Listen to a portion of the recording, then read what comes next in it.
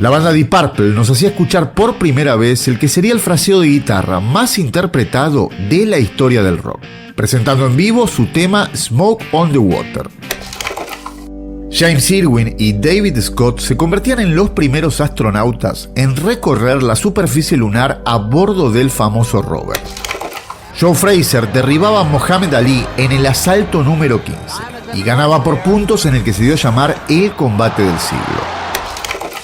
Todo esto sucedía en 1971, año en que uno de los carroceros italianos más importantes del mundo, un joven Giorgetto Giugiaro, daba vida a esta maravilla del diseño. En este video les hablaré de un coche único, y créanme que este término no es retórico, porque solo se fabricó uno, y al día de hoy lleva cumplidos ni más ni menos que 50 años.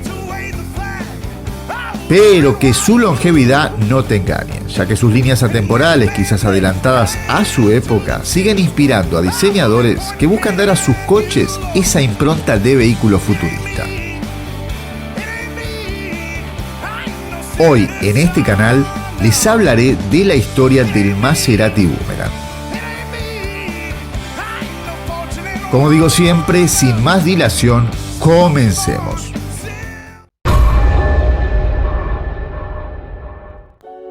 Fue creado por Giorgetto Giugiaro y presentado por primera vez en el Turin Motor Show de 1971, como un prototipo no funcional, pintado en un llamativo color rojo bajo el nombre de Italdesign Boomerang.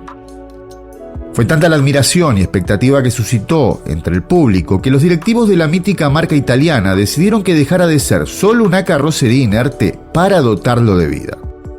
Y así fue que al año siguiente, en el Salón de Ginebra celebrado en marzo de 1972, el Maserati Boomerang pasó de ser solo una maqueta de demostración para convertirse en un coche 100% funcional. Se le instaló un motor Maserati V8 de 4.7 litros que le confería 310 caballos de potencia. Esto le permitía alcanzar una velocidad punta de 310 km por hora. Vale agregar que no se sabe exactamente qué fue lo que sucedió con el modelo rojo presentado en Turín en el año 1971, lo que resulta bastante curioso debido a que generalmente los prototipos exhibidos en los salones eran vendidos a personas particulares, pero la verdad es que nada se sabe de él.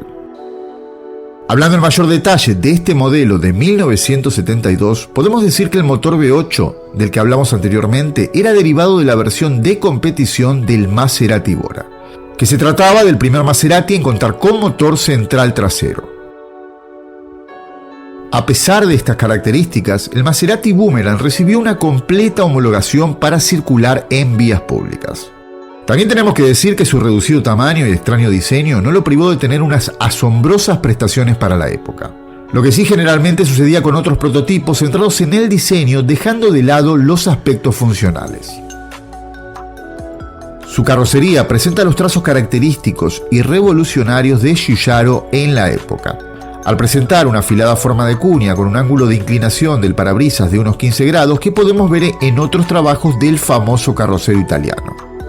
Entre ellos podemos citar el Mercedes-Benz modelo C111 de 1969, el famoso Lamborghini Countach de 1971, del que tengo un video en este canal y te aconsejo que veas, el Lancia Stratos del año 1971, el Lotus Spirit de 1975, el Ferrari BB 512 de 1976, y el BMW M1 de 1978, entre otros.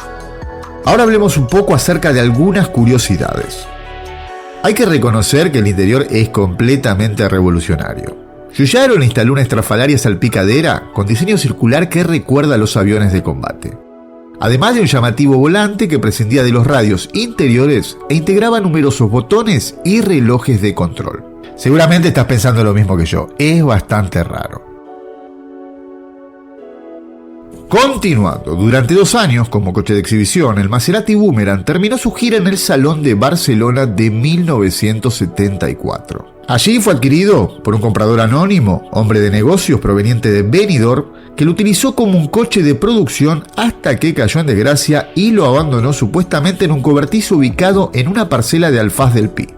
Estamos hablando de la Comunidad Valenciana, que por cierto conozco bien ya que residí en Alicante durante 10 años. Bien, en 1980 otro comprador se encargó de recuperar de su deplorable estado a este hermoso coche junto a un mecánico de confianza, hasta que lo vendió a un coleccionista alemán. Durante el tiempo que estuvo cambiando de dueños, el Maserati Boomerang cambió también a nivel mecánico, ya que se reemplazaron ciertos componentes del motor, suspensión y transmisión en favor de partes más modernas, además de abandonar su tapicería original de tela en color gris por una más elegante de color marrón. De hecho, en 1990 fue exhibido en París y el mismísimo Giorgetto Giugiaro pudo reencontrarse con su creación y quedó tan encantado del trabajo realizado en la restauración del Boomerang que dejó plasmada su firma en la carrocería, lo que por supuesto aumentó sustancialmente su cotización.